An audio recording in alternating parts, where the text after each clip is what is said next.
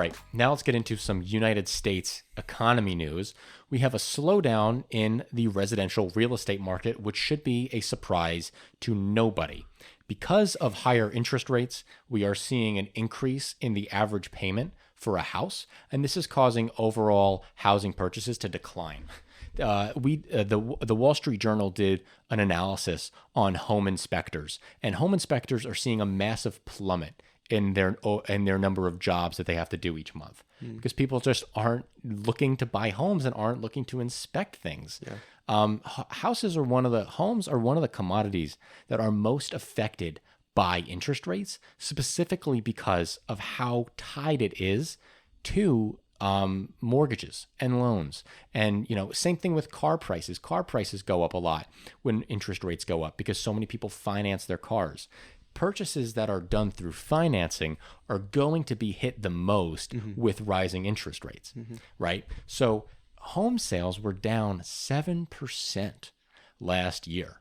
This is for two major reasons. Would-be buyers are facing a lack of homes on the market generally, which is causing prices to rise because many people locked in really good interest rates 5 years ago. And now maybe they would have sold and moved away and done something different, maybe go and buy a condo somewhere.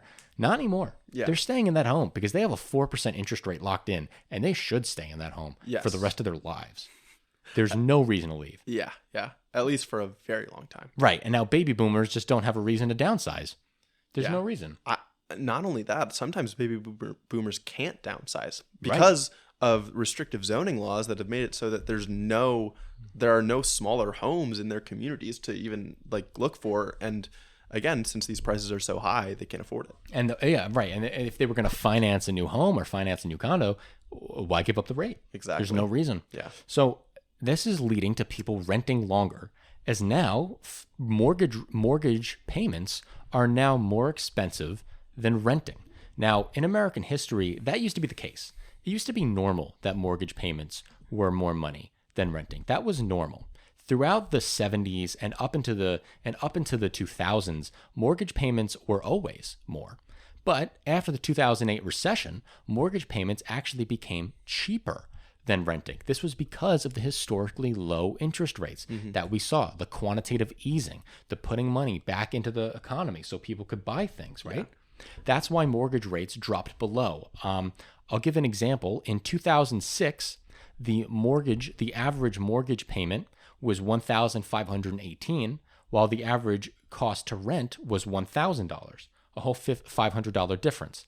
Now, when we get into 2011, which is when this difference became the most prominent, an average monthly house cost was around $900 and rent was $1,200. Yeah. It became way more expensive to rent because of just how cheap borrowing money was. Well, now, here we are today in 2023, and cost to buy is $2,700 a month, with the cost to rent being $1,800 a month. Insane. It's an insane, different world we are living in. And I just don't see the cost to buy really converging back to cost to rent. You don't? I don't see it. That's a lot of ground to make up, man. I think it'll take time, but I think it's going. I mean, we need to see a lot of interest rate cuts to get that. We're going to see 3 interest rate cuts in 2024. But it's not just interest rate cuts. What else do we need? More housing production? Right. Yeah. And I think both of those things are going to happen. Okay. I say let's check back in 2028. I think we're going to be seeing rent will still cost less, but I think we're going to be closer to, say, the levels that we're seeing in the 90s. That I could agree with. I could agree with that. But I think the norm of rent being more expensive is gone.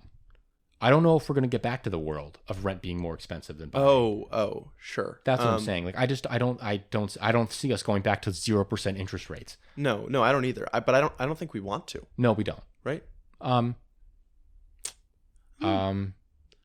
That's an interesting question that I haven't thought about. I think building assets is better than renting. If more of the middle and working classes are able to have assets and the home being your most valuable asset, I think that's better than renting. I don't know about the home being most valuable as being a good thing, but I do think the stability of home ownership over renting is good. Of course, and the problem is that buying a home costs more upfront. Yeah. So necessarily people who make less money are going to have to rent. And so implying that they're going to have to still pay more doesn't seem good. Yes. It's a very hard conversation. Yeah. That could be a whole deep dive in itself. What's better, buying or renting? Yeah. The short version is depends on where you are in life and how much money you have in the bank. Yeah. That's the short version. And the other bottom line here is that both are insanely expensive right now. Yes.